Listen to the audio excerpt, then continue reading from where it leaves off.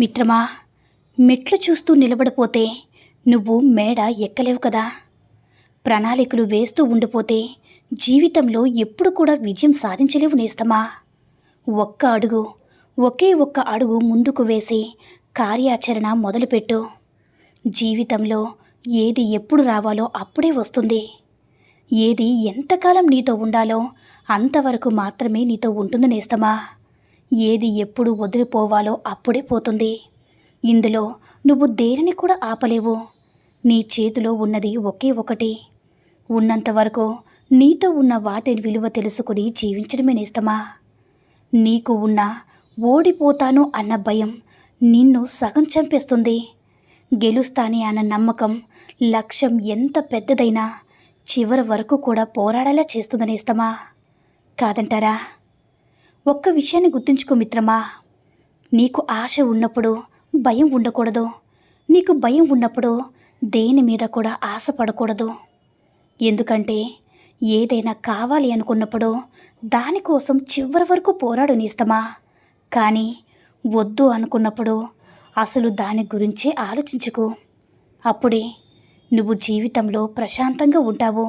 మిత్రమా, నువ్వు చీకటి గదిలో కూర్చుని వెలుతురు గురించి ఆలోచిస్తే అస్సలు లాభం లేదు.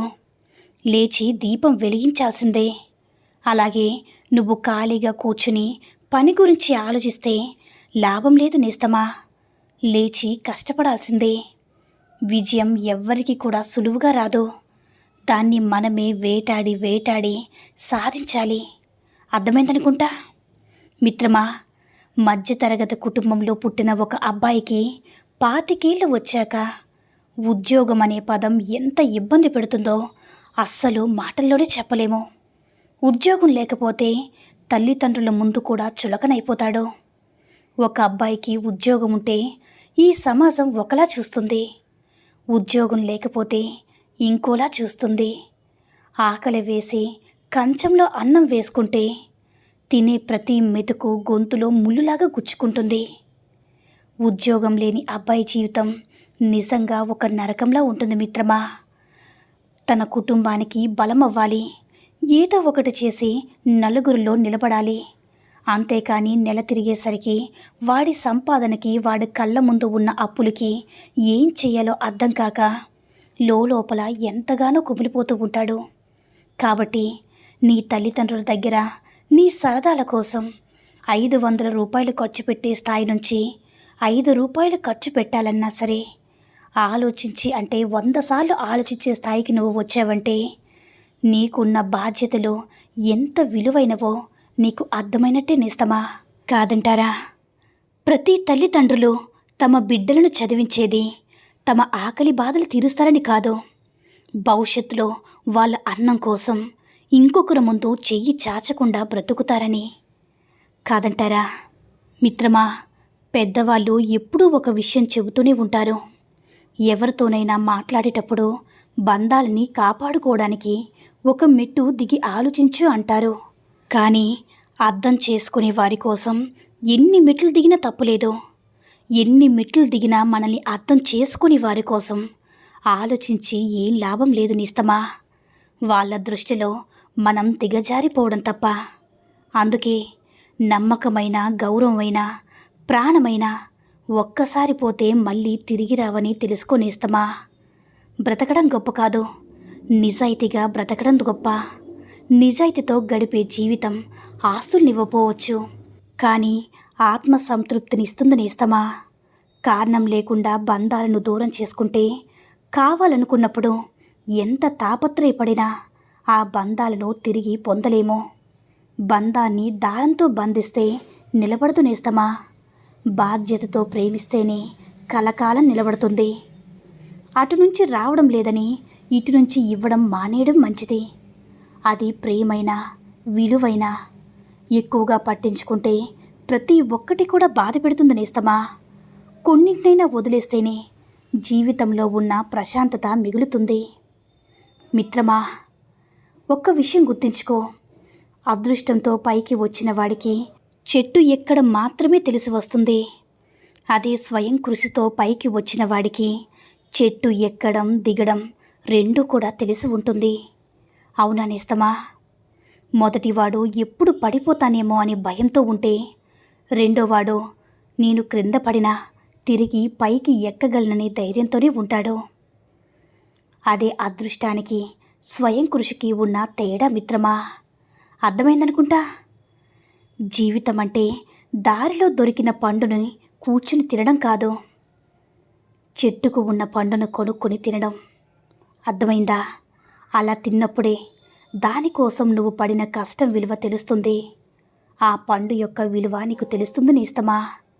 అందనంత ఎత్తులో ఉంది, అందుతుందో లేదో అని ఎప్పుడు కూడా సందేహపడకో. నువ్వు తలచుకుంటే ఆకాశాన్ని తటస్థంగా ఎక్కేస్తావు, సూర్యచంద్రులని బంతుల్లా మార్చేస్తావు. నీకు కావాల్సిందల్లా నీ మీద నీకు సాధించగలను అన్న నమ్మకం మాత్రమే నేస్తమా. మిత్రమా, ఒక అమ్మాయి అదే పనిగా నిన్ను విసిగిస్తుంది అంటే నిన్ను పదే పదే నువ్వు గుర్తొస్తున్నావని అర్థం. అర్థమైందా? నీతో మాట్లాడాలని, నీతో కొంత సమయాన్ని ఆ అమ్మాయి కోరుకుంటుంది నేస్తమా. నీపై ఎంతో ఇష్టం ఉంటేనే కదా ఆ అమ్మాయి అలా కోరుకుంటుంది. కాబట్టి అలాంటి ప్రేమ దొరికితే అస్సలు వదులుకోవద్దు నేస్తమా.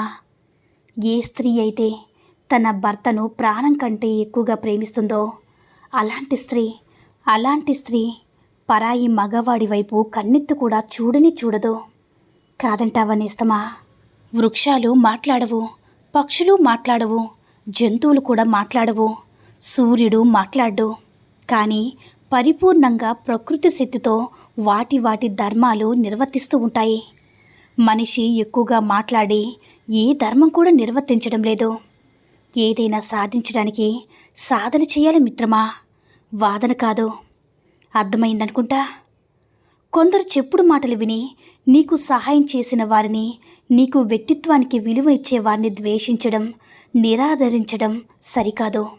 నీ విచక్షణతో ఇతరులను గౌరవించకపోతే నీ చదువు, హోదా, సంఘంలో నీకున్న పేరు అన్నీ కూడా వృధా కదనేస్తమా. ఏమంటారు? ఒక్క విషయాన్ని గుర్తుంచుకో మిత్రమా, అబద్ధం చెప్పేవారు 1,00,000 చెప్తారు. ఎందుకంటే వారి దగ్గర 1,00,000 కథలు సిద్ధంగా ఉంటాయి కాబట్టి. నిజాలు చెప్పేవారు ఒక్క విషయమే పదే పదే చెప్తారు. ఎందుకంటే నిజమనేది ఒకటి మాత్రమే ఉంటుంది కాబట్టి. బాధను పంచుకుంటే ఆవేదన తగ్గుతుందేమో, కానీ అర్హత లేని వారి దగ్గర పంచుకుంటే మాత్రం దానికి 10ంతలు మనోవేదన తప్పదు మిత్రమా. జాగ్రత్త. మిత్రమా, నిన్ను మోసం చేసే స్త్రీ ఈ 2 విషయాల ద్వారా నువ్వు చాలా సులభంగా కనిపెట్టవచ్చు. ఒకటి, ఆమె నిన్ను ఎప్పుడు కూడా పరాయి పురుషులతో పోలుస్తూ ఉంటుంది. ఆమె నీ స్తోమతకు మించి నీ నుంచి ఎక్కువగా ఆశిస్తుంది మిత్రమా. నువ్వు ఏమిచ్చినా, ఎంత తెచ్చినా ఇంకా కావాలని కోరుకుంటుంది. తనకి ఎప్పుడు కూడా సంతృప్తే పడదు. కాబట్టి నేస్తమా, ఇలాంటి స్త్రీలతో కాస్త జాగ్రత్త.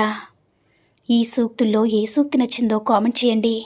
ఈ వీడియో నచ్చినట్లయితే లైక్ చేసి మరిన్ని వీడియోస్ కోసం మన ఛానల్ని సబ్స్క్రైబ్ చేసుకుని మాకు కొంచెం సపోర్ట్ చేయండి. ధన్యవాదములు.